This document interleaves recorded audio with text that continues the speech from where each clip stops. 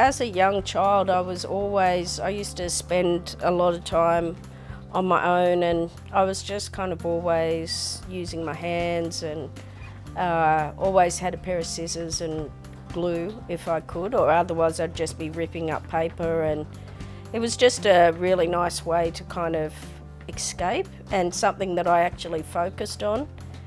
You know, it was always something that I just loved. I didn't really think of it as a career, or I didn't really know that it could be a career.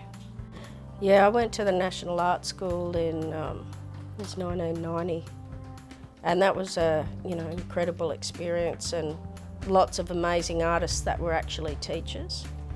And I guess the greatest thing I learned from the National Art School was you make work, whether you're in the mood to make art or not. You work, gain that kind of sense of discipline around it, which really essential for any artist who wants to keep working. For me, it's to have a voice, and to have a strong voice.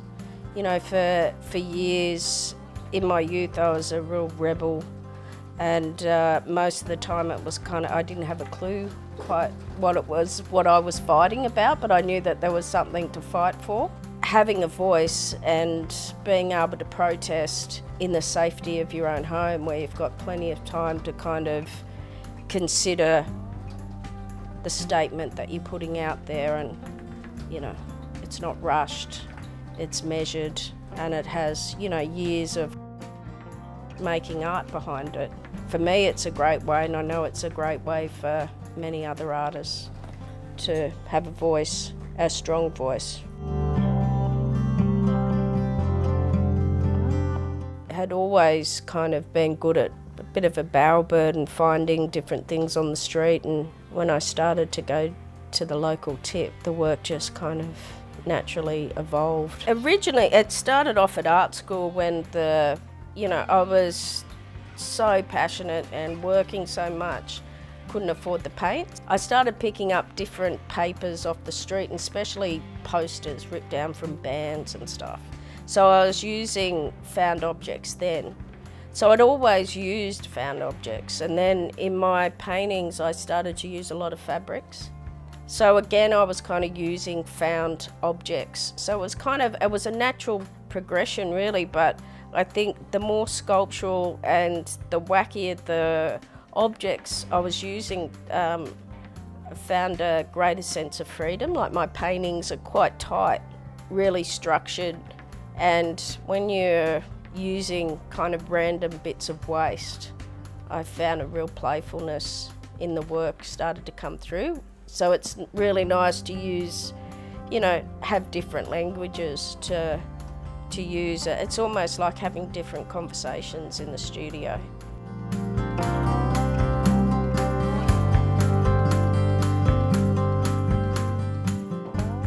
So I made Assimilated Warriors, initially for an exhibition at Carriage Works called Hereby Make Protest, which explores and talks about a group of Aboriginal men and women who formed in the 1924 and went on till 1936, called the Aboriginal Progressive Association, who fought for rights in the country for Indigenous people. So the whole idea of Assimilated Warriors with the masks and the jackets, we may be assimilated and we may play the games, but we're also warriors underneath that.